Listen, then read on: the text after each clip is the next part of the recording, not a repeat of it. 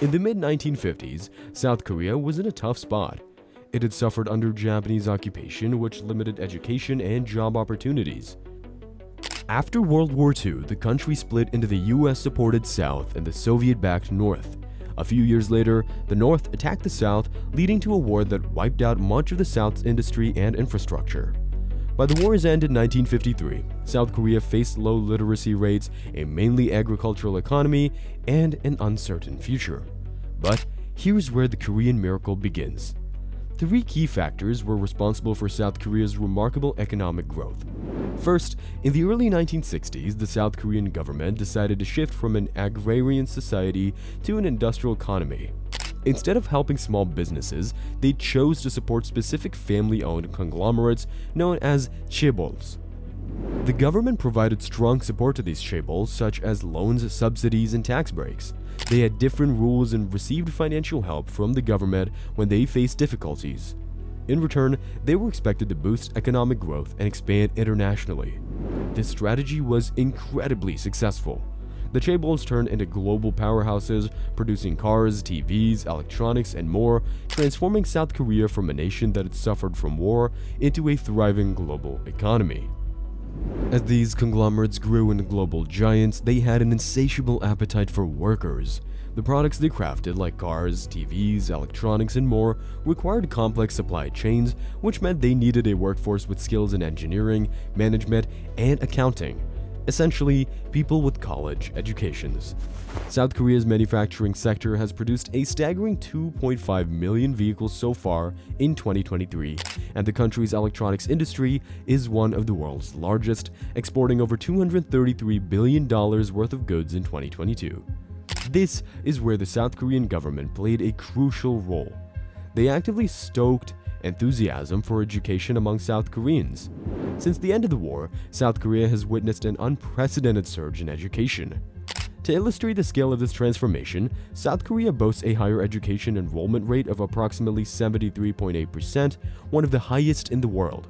This surge wasn't just an individual pursuit, it was a national ethos, with parents and students alike prioritizing the pursuit of a university degree as the ultimate ticket to success in life.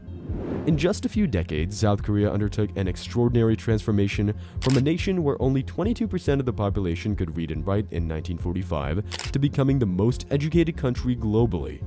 Now, over 2/3 of young people in South Korea hold a university degree. That's a wild statistic, isn't it? However, it wasn't just about having a well-educated nation. The success story also depended on the exceptional work ethic that South Koreans are renowned for today. They're known to work longer and harder than almost anyone else in the world, and you can definitely see all that playing out in all those K-dramas you watch. The work hours are simply shocking for a Western audience, but this wasn't always the case in South Korea. The culture of intense hard work was mostly developed during the economic boom, spearheaded by the chaebols. These huge conglomerates systematically encouraged their employees to be completely loyal to the company. It wasn't just a job, it became an absolute commitment to the company's success, where the company came before family, personal life, and even free time. Work wasn't just a part of life, it was life. This dedication to work extended beyond office hours. It became common to put in incredibly long workdays, to work evenings and weekends, and even to socialize with coworkers after work. To this day, post-work drinking sessions with your boss are a staple of South Korean corporate culture, and they're not optional. You can't head home until your boss decides it's time. The result? South Koreans currently have the distinction of working the longest hours compared to other developed nations across the world. However, working conditions have improved as of 2023, with the Labor Standards Act being imposed for strictly. This relentless dedication was one of the driving forces behind the economic miracle. So, where's the dark side in all of this? It's the flip side of this relentless pursuit of success, a story of sacrifices and societal pressures. South Korea's extreme work culture has contributed to some significant challenges, including the highest suicide rate in the world, widespread stress, and an increasing number of young people struggling to secure stable employment. While this formula initially fueled South Korea's miraculous rise, it's now showing its darker side, and the three pillars of success are becoming more toxic, impacting not only the economy, but society as a whole. Here's what went wrong. It's a bit of a paradox concerning South Korea's chaebols. Collectively, they contribute a massive 85% of the country's GDP, and Samsung alone, a colossal player, makes up nearly 20% of South Korea's entire economy. But here's the twist.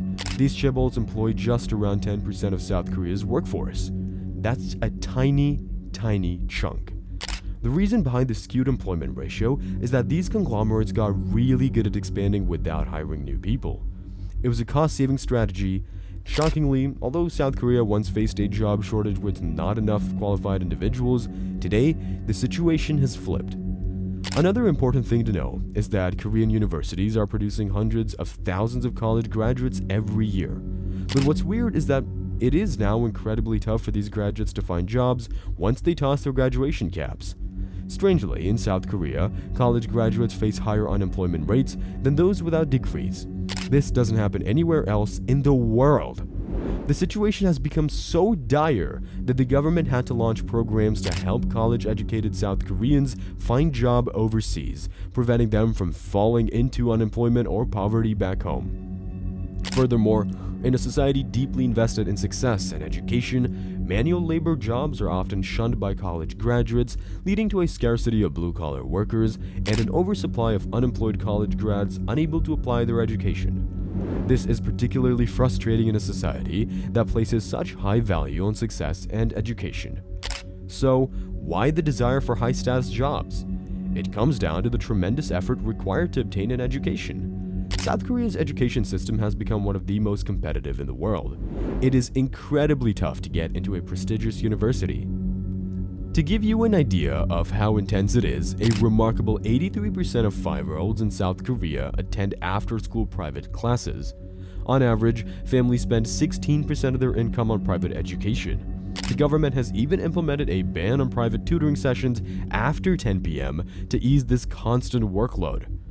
Nonetheless, South Korea has grappled with plenty of education inflation. Despite working harder than ever to attain formal education, the advantages of such education seem to be shrinking.